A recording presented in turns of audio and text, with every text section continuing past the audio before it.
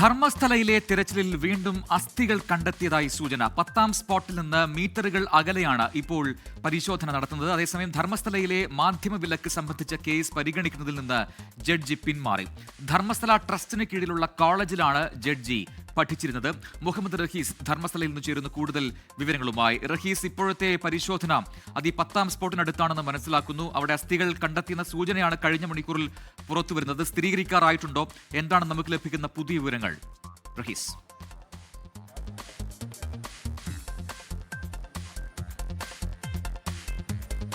പ്രജിൻ, അപ്രതീക്ഷിതമായൊരു ട്വിസ്റ്റായിരുന്നു സത്യത്തിൽ ഇന്ന് ധർമ്മസ്ഥലയിലെ ഈ തിരച്ചിൽ സംഭവിച്ചത്. 11ാം സ്പോട്ടും 12ാം സ്പോട്ടും 13ാം സ്പോട്ടും പരിശോധിക്കുന്നു. അവിടെ വെച്ച് തിരച്ചിൽ ആദ്യഘട്ടം കഴിയുന്നു എന്നുള്ളതാണ് നമ്മളടക്കം പ്രതീക്ഷ. പക്ഷേ ഇപ്പോൾ ഈ 10ാം സ്പോട്ടിനടുത്തുള്ളതായി ഈ വഴി കയറിപ്പോയിട്ടാണ് ഒരു 100 അടി മുന്നോട്ട് പോയി അവിടെ ഒരു സ്പോട്ടിലാണ് ഇന്ന് പോലീസ് പരിശോധന നടത്തിയത്. നമുക്ക് ലഭിക്കുന്ന ഒരു വിവരമനുസരിച്ച് സാക്ഷി കഴിഞ്ഞ 2-3 ദിവസമായി പറഞ്ഞിരുന്നു ഇത്തരത്തിൽ മറ്റൊരു സ്പോട്ടിലേക്ക് താൻ പരിശോധിക്കണമെന്ന് അദ്ദേഹം ഒരു 3 ദിവസം മുമ്പ് ആവശ്യപ്പെട്ടിരുന്നു. അങ്ങനെ ആവശ്യപ്പെട്ടത് പ്രകാരമാണ് ഇന്നിപ്പോൾ പരിശോധന നടത്തിയിരിക്കുന്നത്. ഇത് മാർക്ക് ചെയ്തിട്ടുള്ള സ്പോട്ട് അല്ല, അതിനപ്പുറത്തേക്കുള്ള ഒരു സ്പോട്ടാണ്. ആ സ്പോട്ടിലാണ് ഇന്ന് പ്രധാനമായിട്ടും പരിശോധന നടത്തുന്നത്. ഈ വഴി കയറി ഒരു 100 അടി മുന്നോട്ട് പോകുമ്പോഴാണ് ആ സ്പോട്ട് ഉള്ളത്. അങ്ങനെ രാവിലെ ഈ SIT സംഘം എത്തുന്നു, പരിശോധന നടത്തുന്നു. ഏതാണ്ട് ഉച്ചയ്ക്ക് 12:30 കൂടി ഒരു സൂചന നമുക്ക് ലഭിക്കുന്നുണ്ടായിരുന്നു. ഏതെങ്കിലും തരത്തിൽ ഇവിടെ ഒരു സ്കെൽറ്റൺ ലഭിച്ചിട്ടുണ്ട്, ഒരു അസ്ഥിയുടെ ഭാഗം ലഭിച്ചിട്ടുണ്ട് എന്നുള്ള ഒരു നിഗമനം ആദ്യഘട്ടത്തിൽ ലഭിച്ചു. അതിന് പിന്നാലെ വൈകിട്ടോട് കൂടി ഏതാണ്ട് അത് കൂടുതൽ ബലപ്പെട്ട് വരുന്ന കാഴ്ചയാണ് കണ്ടത്. കാരണം ഫോറൻസിക് വിദഗ്ധർ കൂടുതൽ പേര് ഇങ്ങോട്ട് എത്തുന്നു, ഫോറസ്റ്റ് ഉദ്യോഗസ്ഥർ അധികമായി എത്തുന്നു. അവർ അങ്ങനെ നടത്തിയ ചില നീക്കങ്ങൾ, ആ നീക്കങ്ങളിൽ നിന്നും മനസ്സിലായി. പിന്നീട് കുറച്ചും കൂടി അത് സ്ഥിരീകരിക്കാവുന്ന തരത്തിലേക്ക് വിവരം എത്തിയിട്ടുണ്ട്. എന്തായാലും നിലവിൽ ഇപ്പോൾ ഈ സ്പോട്ട് 10ന് മുകളിലായിട്ടുള്ള പരിശോധനയിൽ അസ്ഥികൂടം ലഭിച്ചിട്ടുണ്ടെന്ന് പറയുന്നുണ്ട്. അത് 10-15 വർഷം മുൻപ് പഴക്കമുള്ള അസ്ഥികൂടമാണ് എന്നുള്ള വിവരം കൂടി ലഭിക്കുന്നുണ്ട്. അവിടെ നിന്ന് മറ്റ് ചില വസ്തുക്കൾ കണ്ടെത്തതായി പറയുന്നുണ്ട്. പക്ഷേ ഈ ഘട്ടത്തിൽ അതിൻ്റെ ഒരു ഗൗരവം അനുസരിച്ച് അത് സ്ഥിരീകരിച്ച് പറയുന്നില്ല എന്നുള്ളതേ ഉള്ളൂ. വരും മണിക്കൂറുകളിൽ അത് കൂടുതൽ എന്തൊക്കെയാണ് അവിടെ നിന്ന് ലഭിച്ചത് എന്ന് വ്യക്തമാകും. ഇപ്പോൾ ഈ സ്ഥലം കൂടുതൽ സുരക്ഷ ഒരുക്കിയിരിക്കുകയാണ്. സാധാരണ ഒരു 1 മണി 1:30-2 മണിയൊക്കെ ആകുമ്പോഴേക്കും ആദ്യ സ്പോട്ടിലെ പരിശോധന തീർത്തുകൊണ്ട് ഉദ്യോഗസ്ഥർ ഭക്ഷണം കഴിക്കാനായി പുറത്തേക്ക് വരാറുണ്ട്. പക്ഷേ ഇന്ന് അങ്ങനെ ഉദ്യോഗസ്ഥർ എത്തിയിട്ടില്ല.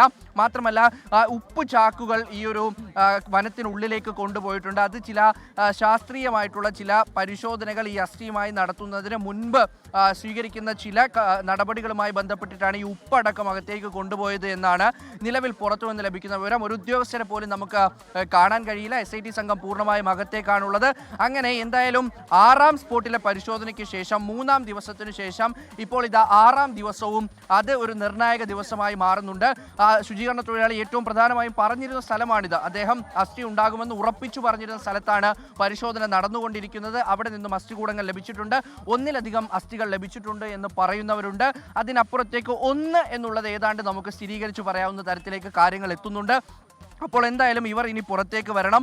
ഇവർ ഇനി മഹസർ തയ്യാറാക്കുക. അത് മാത്രമല്ല ഈ നടപടിക്രമങ്ങൾ മുഴുവൻ പാലിച്ച് ഫോറൻസിക് വിദഗ്ധരെ അവിടെ എത്തി അവർ അത് പൂർണ്ണമായും നടപടിക്രമങ്ങൾ പാലിച്ച് പുറത്തേക്ക് ഇറങ്ങുമ്പോൾ എന്തായാലും സമയം വൈകും. അന്ന് 3ാം സ്പോട്ടിൽ നിന്ന് അവർ ഇറങ്ങുമ്പോൾ ഏതാണ്ട് 6ാം സ്പോട്ടിൽ നിന്ന് അവർ ഇറങ്ങുമ്പോൾ രാത്രി 8 മണി കഴിഞ്ഞിരുന്നു. ഇന്നും സമാനമായൊരു കാഴ്ച ഉണ്ടാകാനാണ് സാധ്യത. എന്തായാലും നിലവിൽ പരിശോധന പുരോഗമിക്കുന്നു. ഇതിനിടയിലാണ് ഈ മാധ്യമ വിലക്കുമായി ബന്ധപ്പെട്ടത് കേസ് പരിഗണിക്കാനിരുന്ന സെഷൻസ് കോടതി ജഡ്ജി കേസിൽ നിന്ന് പിന്മാറുകയും അദ്ദേഹം ആ വാദം കേൾക്കാനില്ല എന്ന് അറിയിക്കുകയും ചെയ്തത്. പ്രത്യേകിച്ച് അദ്ദേഹം ഈ ഒരു ധർമ്മസ്ഥല ട്രസ്റ്റിൻ്റെ അണ്ടറിലുള്ള ഒരു കോളേജിലാണ് അദ്ദേഹം പഠിച്ചത്. മാത്രമല്ല അതുമായി ബന്ധപ്പെട്ട ചില ആരോപണങ്ങൾ അദ്ദേഹത്തിന് നേരത്തെ തന്നെ ഉണ്ടായിരുന്നു. കേസുമായി ബന്ധപ്പെട്ട പല ആരോപണങ്ങൾ അദ്ദേഹം നേരിടേണ്ടി വന്നു. അതിനൊക്കെ ഇടയിലാണ് ഈ ഗാഗ് ഓർഡറുമായി ബന്ധപ്പെട്ടുള്ള കേസ് പരിഗണിക്കുന്നതും അദ്ദേഹം പിന്മാറിയിരിക്കുന്നത്. പ്രജിൻ. യെസ് റഹീസ്, ഒരു കാര്യം കൂടി, അതായത് ഈ കേസിനെ ഒരുപക്ഷെ പ്രതികൂലമായി ബാധിക്കാവുന്ന ഒരു കാര്യമാണ് ഈ 15 വർഷത്തെ ദുരൂഹ മരണങ്ങൾ സംബന്ധിച്ച വിവരങ്ങളൊന്നും തന്നെ പോലീസിന്റെ പക്കൽ ഇല്ല എന്നുള്ളത്. അതിൽ കോടതിയുടെ അനുമതി വാങ്ങിയിരുന്നു, അതിനുശേഷമാണ് അത് നശിപ്പിച്ചെന്നൊക്കെയുള്ള വാർത്ത പിന്നാലെ പുറത്തു വരികയും ചെയ്തു. എന്താണ് അത് സംബന്ധിച്ച് നമുക്ക് ലഭിക്കുന്ന വിവരങ്ങൾ? ഈ 15 വർഷത്തെ അത്തരം കേസിന്റെ വിശദാംശങ്ങൾ എന്തുകൊണ്ടാണ് നശിപ്പിക്കപ്പെട്ടത് എന്നതിന് ഉത്തരമുണ്ടോ?